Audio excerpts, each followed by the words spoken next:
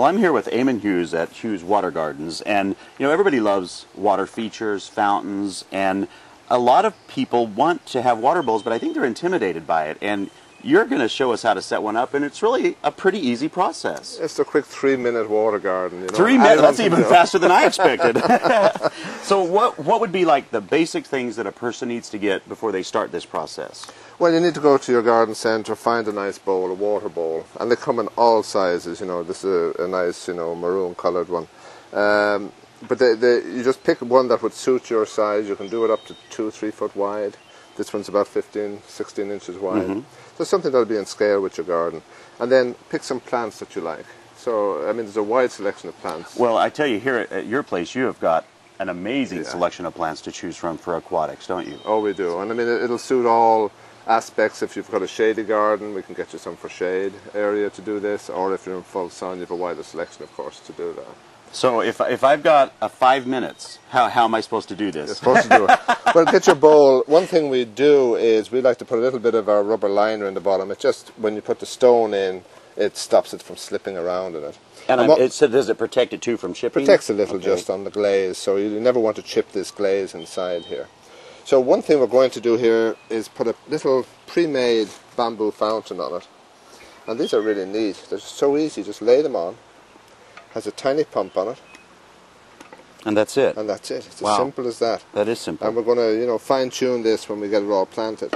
So we want to frame this with something, and I picked this nice canna. This is called watermelon. Look at that lovely That's beautiful. colour, just a watermelon on it.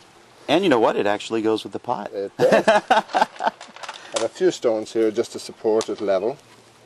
Now you have this in an odd pot. It's full of holes. I have it in an odd pot. What is that? These are mesh pots, and the roots are going to come out of this mesh and keep the water clear all the time. Okay. So it's going to take all the nutrient from the water and prevent algae from forming in that water in you.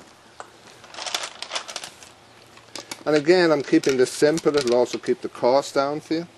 So that's that one in, and then we'll pop in. This is a sedge. This is actually a Columbia sedge. It's a native plant of this area. And you can see it's all already the roots growing out coming there. out. This isn't in a full mesh pot, but it's still fine. It has a lot of access for roots to get out. Now I noticed, Eamon, that you're putting little tiny pea gravel on top. What's the reason for that? The pea gravel on the top of all of our plants is we grow our plants in a cocoa fiber mix with some pumice in it. And I don't want any of that to be floating out. So it's just to keep the soil. All of our plants come that way. Yeah, that makes sense. So we're going to continue. If you want to give me a hand here, William, we'll just fill the bottom of this. A louder hand I don't think that's what you meant, huh? So you're going to fill the whole bottom now? Fill just evenly around the bottom. We start supporting all of this. Look at that. Now this is just, and I'm assuming that you can buy these rocks here too. Yeah, these are polished, not fully polished. They're called Mexican black pebble, but it's a really nice finish on them. And do you put them all in? Yeah, I'm just going to get that liner completely covered and bring a few up the sides. Again, it's just a little bit of texture. You don't have to worry about hiding the pot because we're going to do that with some other plant material. Okay. And do you cover the pump as well? We'll cover the pump. For the moment we won't cover the pump because it has a small volume control on it. All right. So we're going to do that. So let's just fill this with water. Okay. Finish off the plants.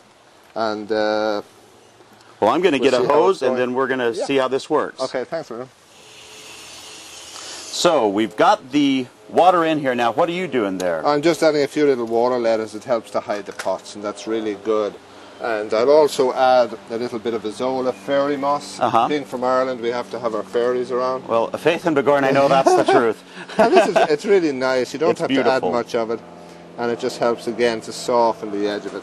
So now the pièce de résistance is the multnomah, the mini multnomah fall.